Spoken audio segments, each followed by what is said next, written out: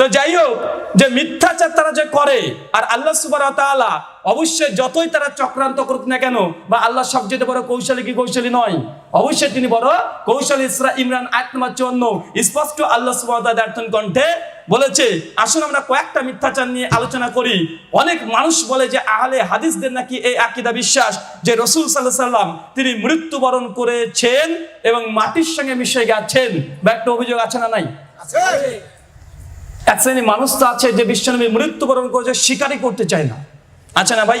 আছে। কিছুদিন আগে একটা বিতর্ক হয়েছিল, শেখ মুখলেসুর রহমান মাদানী, আকরামুজ্জামান বিন আব্দুল সালাম, আরেকজন কি নাম মনে পড়ছে না, তাদের সঙ্গে তাদের একটা বিতর্ক হয়েছিল।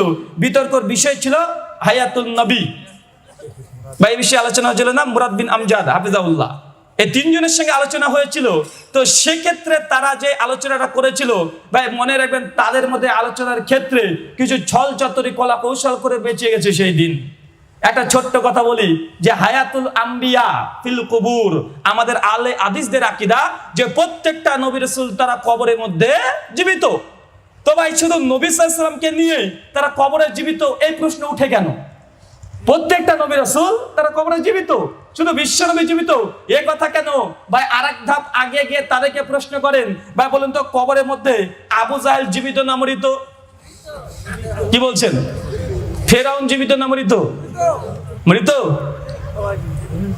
আপনি যখন মরবেন তখন কবরে যখন যাবেন, আপনি তখন জীবিত থাকবেন না মৃত থাকবেন? দেখেন আপনাদের মধ্যে গন্ডগোল পেকে গেছে। আসেন ক্লিয়ার করে দিই। সহিহ বুখারী কিতাবুল জানাইজ হাদিস নম্বর 1165 বিশ্বনবী মুহাম্মদ সাল্লাল্লাহু আলাইহি ওয়াসাল্লাম বলছেন, মানুষ যখন মৃত্যুবরণ করে তারপরে তাকে কবরস্থানে দাফন করা হয়, সমস্ত মানুষ যখন চলে আসে মৃত ব্যক্তিটা তাদের পায়ের আওয়াজ শুনতে পায়। হাদিস শুনেন নাই? যখন সমস্ত মানুষ চলে আসে কবরে ফেরেশতারা প্রবেশ করে, তিনখানা প্রশ্ন করে, ভাই জীবিত মানুষকে না মৃত মানুষকে? তার মানে বোঝা গেল কবরে সবাই জীবিত, মানে আপনিও জীবিত থাকবেন। তিনটে প্রশ্ন করার পরে তিনটা প্রশ্নের যারা উত্তর দিতে পারবে তারা কি জান্নাতি, আর যা তিনটা প্রশ্নের উত্তর দিতে পারবে না তাদেরকে একদম কিয়ামত পর্যন্ত তাদের উপরে আযাব হবে কি হবে না? তো ভাই মরা মানুষের উপরে আযাব হবে না তাজা মানুষের উপরে? কবরের মধ্যে মানুষ যখন যাবে বারজাখী জীবনে, আল্লাহ সুবহানাহু ওয়া তাআলা আবারও রূহটাকে দিয়ে দিবে, আবার তাকে জীবন দেওয়া হবে। ভাই মরা মানুষের উপরে আযাব হয় না, তাজা থাকবে। মানে ফেরাউন, উতবা, সাইবা, আবু লাহাব, আবু জাহেল সকলকে এখন উত্তম মাধ্যম কবরে চলছে। তো ভাই কবরে তো সবাই জীবিত, তো খুচরিয়ে ঘা করার দরকার কি যে বিশ্বনবী শুধু জীবিত, এটা নিয়ে বাস কেন? আবু জাহেল তো জীবিত রে ভাই, আবু লাহাব জীবিত, ফেরাউনে জীবিত। তো বারজাখী জীবনে প্রত্যেকটা মানুষ তারা জীবিত, বরং এটাই প্রমাণিত যারা মুমিন তারাই মৃত। কেন? যদি মুমিন প্রশ্নের উত্তর দিয়ে দেয় তাকে ঘুম পাড়িয়ে দেওয়া হয়, ঘুম থেকে উঠবে দেখে কিয়ামতের সকাল। একই জায়গা থেকে হাদিস প্রমাণিত। তো ভাই বলুন তো এই সব নিয়ে খুচরিয়ে ঘা করে লাভ আছে? আবার আহলে হাদিসকে বলে এরা নাকি বিশ্বাস করে নবী সাল্লাল্লাহু আলাইহি ওয়াসাল্লাম তিনি মৃত্যুবরণ করেছে। ভাই মৃত্যু সকলেই বরণ করেছে, সকলেই জানে। কয়েকটা আমরা আলোচনা করব পবিত্র কোরআনের আলোকে যে বিশ্বনবী মুহাম্মদ সাল্লাল্লাহু আলাইহি ওয়াসাল্লাম মৃত্যুবরণ করবেন আল্লাহ আগে থেকে ভবিষ্যৎবাণী করেছে। 2192 নম্বর হাদিসে নকল করেছেন। ইমাম তিরমিজি চিন্তা করছেন যে আল্লাহ রাসূল ভবিষ্যৎবাণী করেছেন একটা জামাত হকের উপরে থাকবে। এরা কারা? অসংখ্য দল তখন তার সামনে। উনি তখন বলছেন এই প্রসঙ্গে আমি আমার উস্তাদ মোহাম্মদ বিন ইসমাইলা, ভাই মোহাম্মদ বিন ইসমাইলা কে? ইমাম বুখারী রাহিমাহুল্লাহ 194 জন্ম 256 মৃত্যু। বলছে এই প্রসঙ্গে আমি ইমাম বুখারী রাহিমাহুল্লাহকে জিজ্ঞাসা করেছিলাম। ইমাম বুখারী রাহিমাহুল্লাহ বলছেন এই প্রসঙ্গে আমিও আমার উস্তাদ আলী ইবনুল মাদিনীকে জিজ্ঞাসা করেছিলাম। আলী ইবনুল মাদিনী 166 জন্ম আর মৃত্যুবরণ 234 হিজরি। সুনান তিরমিজি 2192 স্পষ্ট মজুদ, এখন পর্যন্ত খুলে দেখেন লেখা আছে। এই আলী বিন মাদিনী তিনি বলছেন হুম আহলুল হাদিস, এই জামাত আহলুল হাদিস। সুনান তিরমিজিতে মজুদ আছে। বলুন ইমাম তিরমিজি ইংরেজিতে দালাল ছিল? তার মানে বোঝা গেল আমাদের অস্তিত্ব এটা এখন নাই, বরং কোরআনের তাফসীর থেকে প্রমাণিত, হাদিস থেকেও প্রমাণিত, হাদিসের ব্যাখ্যা থেকে সালাফদের কল দ্বারা প্রমাণিত।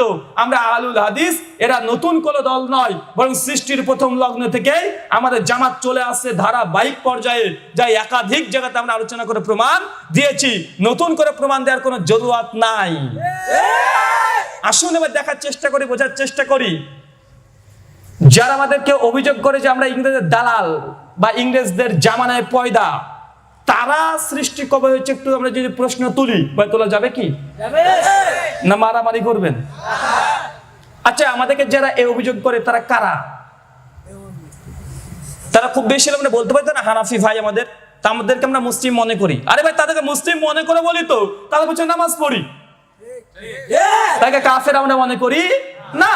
তাদের বলছে নামাজ পড়ি, এটাই প্রমাণ বহন করে যে তাদেরকে আমরা মুসলিম মনে করি। আমার ভাই যদি বিপদগামী হয় বা তাকে সংশোধন করে দেওয়া আমার একটা অধিকার আছে না নাই? তো আমরা সংশোধনের জন্যই বলছি, যদি এখান থেকে হেদায়েত পাই তাহলে আলহামদুলিল্লাহ ভালো। তবে তারা যারা আমাদেরকে বলছে যে আমরা ইংরেজের দালাল, তো প্রথম যারা বলে তারা হচ্ছে হানাফি মাযহাবের ব্যক্তিগণ। হানাফি ভাইদের মধ্যে এখন কমপক্ষে আমার জানা মতে 10-এর অধিক ভাগ আছে না নাই? কয়েকটা নাম বলবো। দেওবন্দি, বেরলভী আছে না ভাই, ফুরফুরা, এনাদপুরি, জৌনপুরি, মাঝভান্ডারি, রাজারবাগী, দেওয়ানবাগী, সরসিনা আছে না নাই ভাই? কটা হয়েছে? 8টা। জামাত ইসলামকে ধরলেও ধরা যায়, কেননা আবুল আলা মওদুদী রাহিমাহুল্লাহ তিনি নিজেই বলেছেন আমি হানাফি মাযহাবকে ফলো করে চলি। রাসূলের মাসালা 2য় খণ্ড স্পষ্ট তিনি লিখেছেন। তবে কমপক্ষে 10টা ভাগ এর মধ্যে আছে না নাই? এখানে ক্ষান্ত নাই, এর মধ্যে আবারও ভাগ আছে। দেওবন্দীদের মধ্যে আরো 2টো ভাগ আছে। একটা দেওবন্দীকে বলা হয় দেওবন্দি হায়াতি, একটা দেওবন্দি মামাতি। জানেন আপনাদের বাংলাদেশে এই ফিতনা আসেনি, তবে চলে আসবে খুব তাড়াতাড়ি, গন্ধ পাচ্ছি কিছু কিছু আলেমরা যা লাগিয়েছে। আর দেওবন্দি হায়াতি ভার্সেস দেওবন্দি মামাতি ইউটিউবে লিখে দেন, দেখবেন দুজনই দেওবন্দি, তা দুজনকে কাফের ভোতা দিচ্ছে, দুজনকে দিচ্ছে। আবার দেওবন্দি ভাইদের মধ্যে আরো ভাগ হয়েছে। তার মধ্যে একটা তাবলিগ ভাই আছে না নাই? তাবলিগ জামাত, তাবলিগ জনকে মেরে মাথা ফাটিয়ে দেয় আছে না নাই? ভাই আমরা মাথা ফাটাতে গেছি তাদের? আমরা ফাটানি, তাদেরকে মাথা ফাটিয়েছে। মেয়েদের মতো চুল ছেঁড়াছিড়ি করছে তারাই। তো সার্বিকভাবে দেখতে গেলে দেখেন যে কমপক্ষে 15টা ভাগ আছে শুধুমাত্র বাংলাদেশের প্রেক্ষাপটে হানাফি ভাইদের মধ্যে। ভাই সাধারণ মানুষ কোনো বলুন তো কোন মাযহাবটা মানবে?